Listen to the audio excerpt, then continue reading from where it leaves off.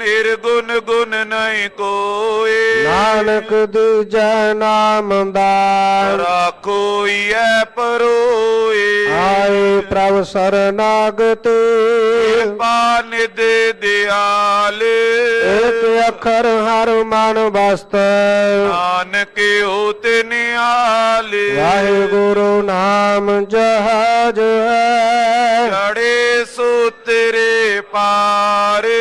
ਜੋ ਸ਼ਰਦਾ ਕਰ ਸੇਵਾ ਦੇ ਗੁਰ ਪਾਰੇ ਉਤਾਰਨ ਹਾਰ। ਵਾਹਿਗੁਰੂ ਨਾਮ ਜਹਾਜ ਹੈ ਚੜੇ ਸੋ ਤੇਰੇ ਪਾਰ। ਜੋ ਸ਼ਰਦਾ ਕਰ ਸੇਵਾ ਦੇ ਗੁਰ ਪਾਰੇ ਉਤਾਰਨ ਹਾਰ। ਵਾਹਿਗੁਰੂ ਜੀ ਕਾ ਖਾਲਸਾ ਵਾਹਿਗੁਰੂ ਜੀ ਕੀ ਫਤਿਹ।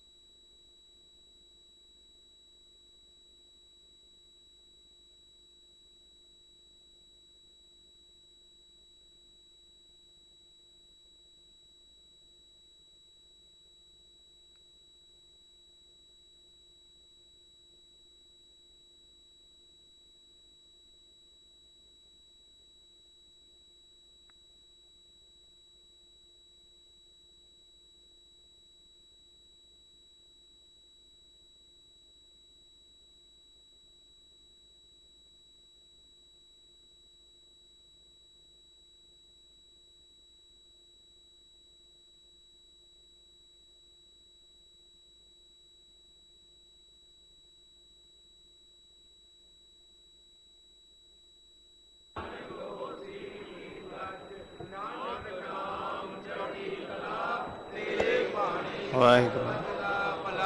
ਵਾਹਿਗੁਰੂ ਜੀ ਕਾ ਖਾਲਸਾ ਵਾਹਿਗੁਰੂ ਜੀ ਕੀ ਫਤਿਹ।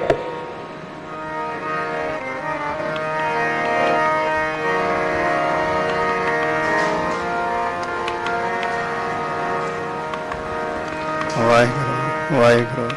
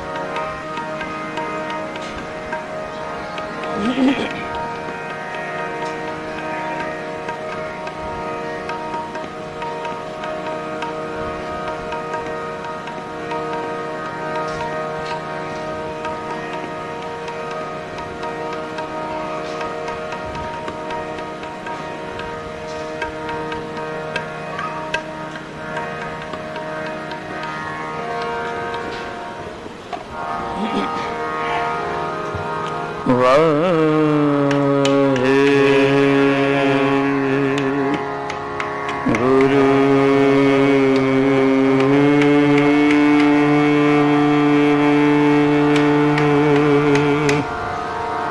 ਸ੍ਰੀ ਵਾਹਿਗੁਰੂ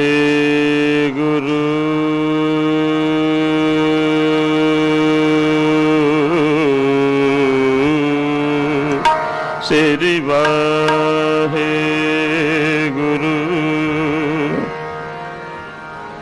ਵਾਹਿਗੁਰੂ ਗੁਰੂ ਜੀ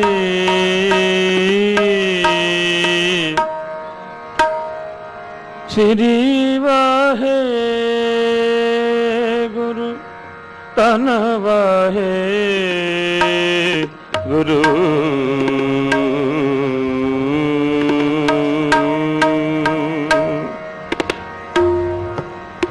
ਦੰਡੋਤ ਬੰਦਨ ਅਨੇਕ ਬਾਰ ਸਰਬ ਕਲਾ ਸਮਰਥ ਸਰਬ ਕਲਾ ਸਮਰਥ